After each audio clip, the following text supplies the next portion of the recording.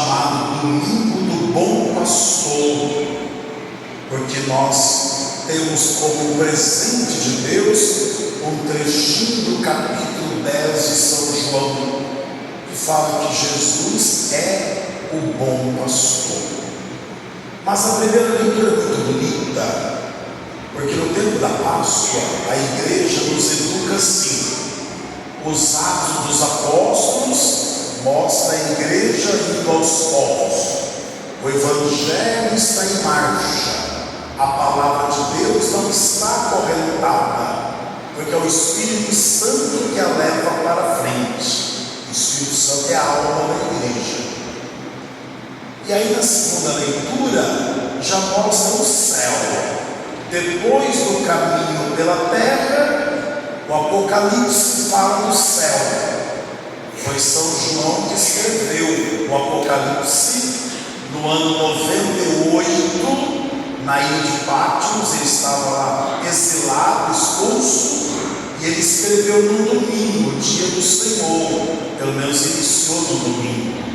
E o Evangelho também de João mostra para nós como fazer para suportar o que fala a primeira leitura e alcançar o que está no Evangelho, a prática do Evangelho.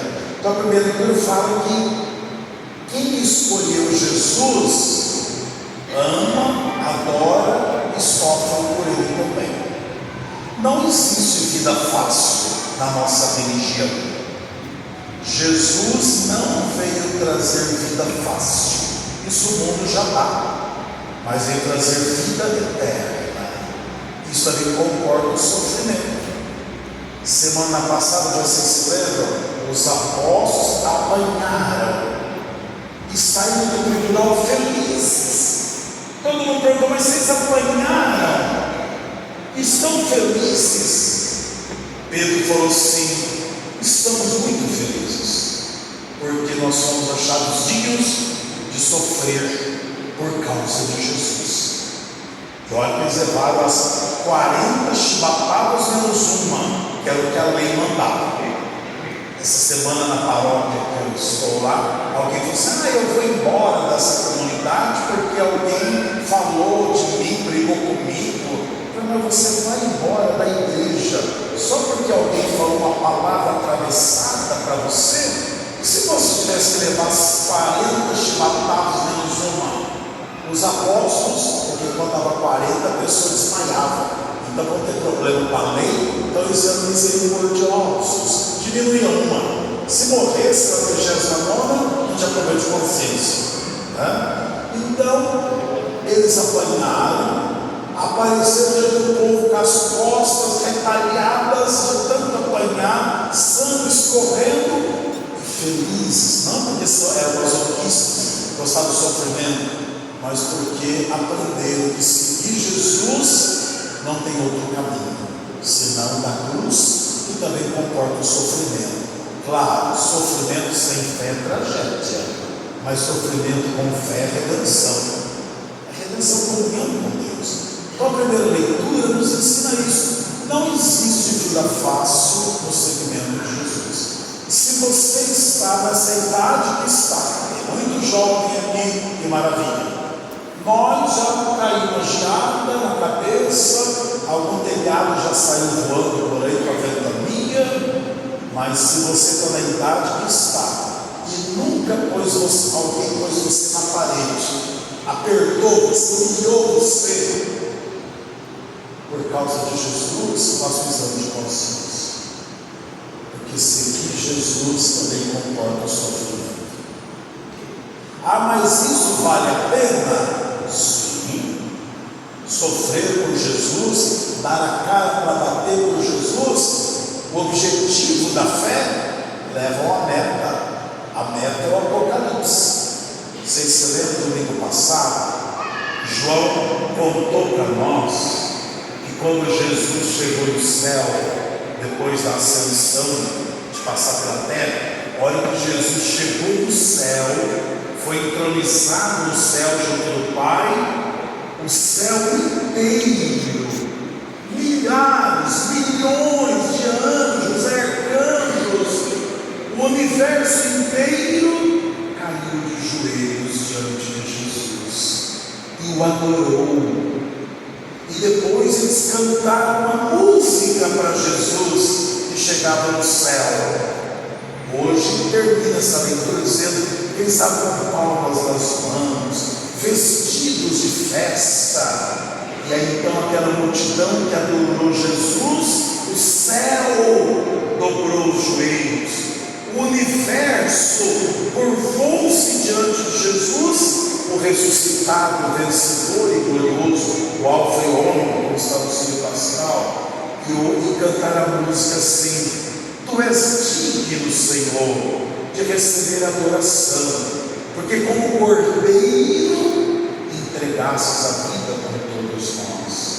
E hoje a Bíblia diz que depois daquele hino que eles cantaram, aquela música que eles cantaram, o anjo vai dizer assim, que Jesus renova as coisas, vai eliminar o poder da morte, e ele, como que com um lencinho, vai enxugar as lágrimas dos olhos. Quantas vezes choramos na vida? Hoje é um dia que muita gente chorou, falta da mãe. Muita gente chorou. Por isso que a gente tem que amar mesmo enquanto a gente tem, porque não é fácil entregar. Mas Jesus hoje fala para você assim: não perturbe teu coração, eu vou enxugar as lágrimas dos seus olhos, porque a morte não vai ter mais domínio. Eu renovo todas as coisas. Essa é a nossa fé. Jesus é aquele que renova todas as coisas.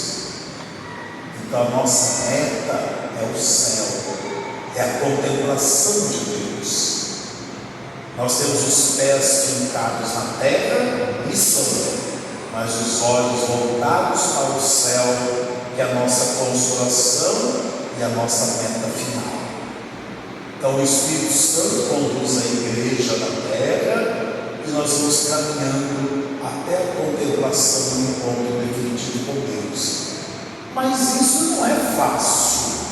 Por isso que hoje o trechinho do Evangelho diz assim: que Jesus conhece as ovelhas, Ele conhece você. Guarda isso no teu coração. São 3 verdades que devem mover a tua vida na terra, mesmo no sofrimento e na dor. Jesus te ama, bom pastor te ama. Se Ele ama, Ele cuida. E se Ele cuida, não tenha medo. Eu já disse até aqui, que na Bíblia 365 vezes aparece o versículo não tenha medo, para todos os dias do ano. Só que Jesus diz que as ovelhas conhecem sua voz. É aí que a coisa aperta, Ouvir a voz de Jesus, no meio de tantas vozes no mundo, tanto barulho, estamos ouvindo a voz de Jesus, ouvir a sua palavra, uma intimidade com Ele, porque o pastor ama e cuida, mas nós precisamos ouvir a sua voz. Por isso que o pastor, ele faz 3 coisas. No entanto, ele carrega um báculo, Por isso que os bispos carregam um báculo.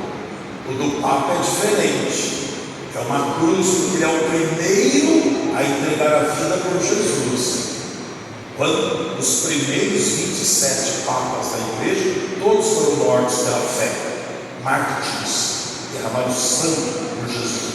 O Papa carrega um báculo em forma de cruz, para mostrar para nós que vamos atrás o caminho. O caminho é a cruz. Por isso que ele recebe então o báculo e a cruz. Mas o pastor carrega o báculo, tem uma curvinha assim, você já viu? O bispo, Então, do Eugênio, que ele recebeu na ordenação episcopal, tem uma curvinha assim. O pastor faz 3 coisas com a ovelha. Primeira coisa que ele faz, quando a ovelha não anda, ele cutuca a anta com aquele báculo. Vai para frente, vamos. A ovelha preguiçosa, ele cutuca para andar. Marca o braço. Vamos, vocês têm que ir comigo. Aquela curvinha que tem, quando a ovelha cai do buraco, ele põe o barco lá no buraco e puxa pelo pescoço para fora. Então, do buraco, o pastor tira. O barco é para tirar e para cutucar. Quantas vezes Jesus usou na tua vida a parte de baixo, cutucando a tua anca para você caminhar? Porque a preguiça estava afastando das coisas de Deus. Mas também quantas vezes ele estendeu a pontinha do barco para tirar você do buraco? Você só está aqui porque Jesus tirou você do buraco. Às vezes até feriu-se na cruz, a ferida, para tirar você do buraco. Para tirar uma ovelha do buraco, você machuca a mão. O barco nos tirou do buraco. Mas tem uma outra coisa que o pastor faz. Se essa é dura, mas lá na terra de Jesus acontece isso. Se a ovelha pula cerca, no bom sentido, não na piada, como por aí, mas que vai embora, quer fugir.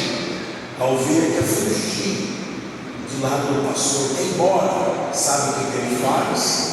Pega a ovelha, põe no colo, destronca a perninha dela, dá uma destroncadinha, põe um bambuzinho e amarra. Se ela pula, dói. Se ela caminha, não dói. Se ela caminha ao lado dele, não dói. Padre, Deus precisou fazer isso comigo, destroncar meu tornozelo para mim não fugir mais. Jesus faz isso.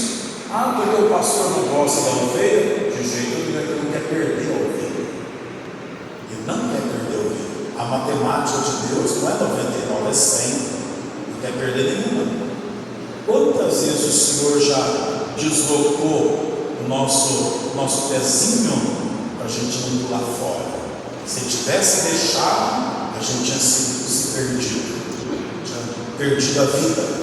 E o mercenário levava a gente embora. É preciso ouvir a voz do pastor. Eu já fui para a Terra Santa, eu fui de graça lá, ele pagou para a gente acompanhar. Mas um grupo grandão estava com o padre de Poá, na paróquia de São Paulo, eu e o padre Léo, saudosa memória. E o padre Léo, então, falou assim: eu preciso fazer uma experiência, porque eu vou escrever um livro. Não sei se depois em algum livro isso. Falei, qual é a experiência? Claro, hoje é o dia livre da turma, cada um vai fazer compra, deixa a turma livre, nós vamos caçar um pastor por aí. E achou?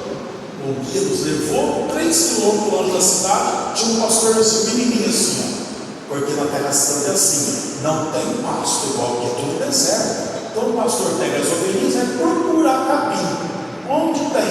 Anda o dia inteiro achando capinzinho lá para ovelha.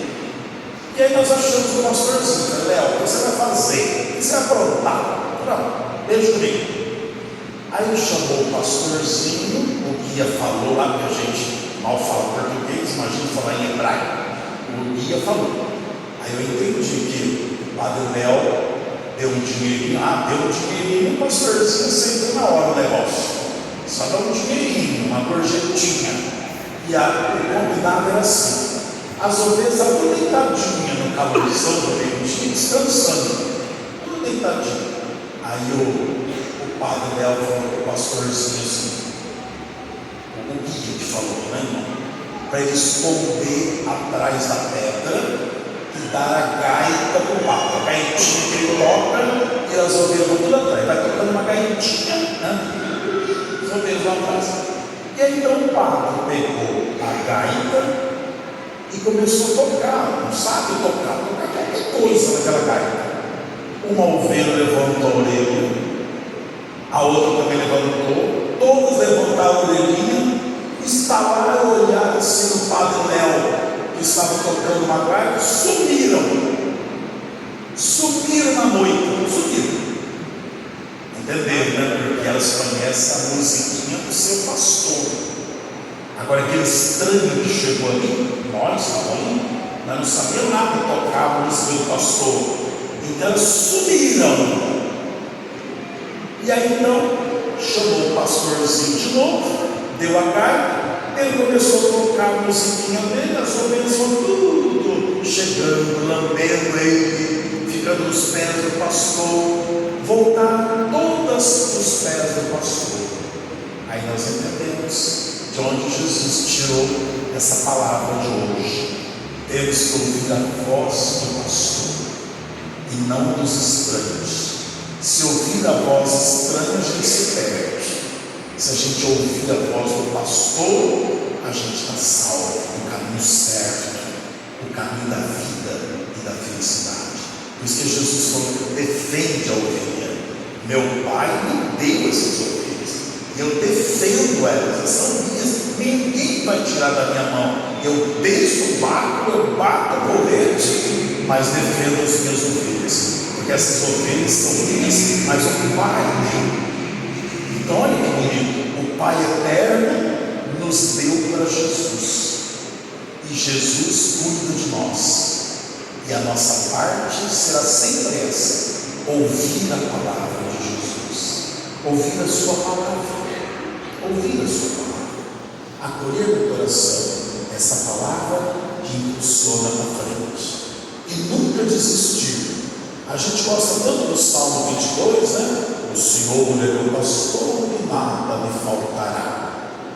Mas a gente precisa meditar no versículo que vem dois para frente, que diz assim: mesmo que eu atravesse um vale escuro, tenebroso, tem Bíblia que fala vale da morte, nem o mal temerei, porque estás comigo. Não está escrito na Bíblia: se vir, se dane atravessar, eu te espero lá do outro lado. Não. Na travessia, o Senhor está com a gente. Na travessia do vale escuro, o Senhor está presente. Não nos deixe na mão. Então guarda isso no teu coração. O bom pastor te ama. O bom pastor cuida. Pois não tenha medo. Seja para cutucar, seja para tirar do buraco, ou seja para matar a linha no pé, numa prova dura, Ele está sempre presente. O importante é não desgrudar de Jesus. O bom pastor é a imagem mais linda que a Bíblia nos fornece para a gente entender Deus. Só vamos entender Deus olhando o bom pastor.